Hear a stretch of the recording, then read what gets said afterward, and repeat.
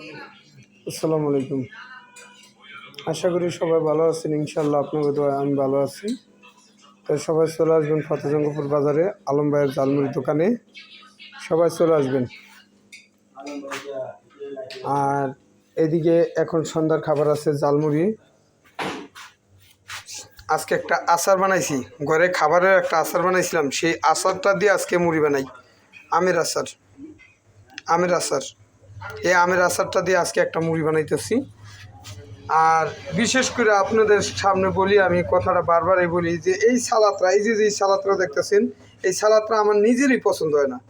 আমি ঢাকা যাইতে পারি না, একটু অভাবটনে আছি, তো এই কারণে আমি ঢাকা যাওয়া হইতেছে না, আবার অসুস্থতার কারণে যাওয়া হইতেছে না।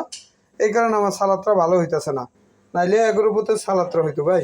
তাই আজকে ঝালমুড়ি, ছোলা বুট, ফুচকা, এইদিকে গরম খিচুড়ি আছে, যারা খাবেন আসতে পারেন। আর এদিকে হালিম আছে, আপনি চলে আসতে পারেন আলম ভাইয়ের দোকানে। প্রতিদিন চলে আসবেন। এই যে ছোলা বুট আছে, ডিম দেওয়া সালাদ দেওয়া ফুচকাটা বানাই দিই, তাই সবাই চলে আসতে পারেন। তো সবাই চলে আসবেন আলম ভাইয়ের দোকানে, সবার দাওয়াত রইল ইনশাল্লাহ।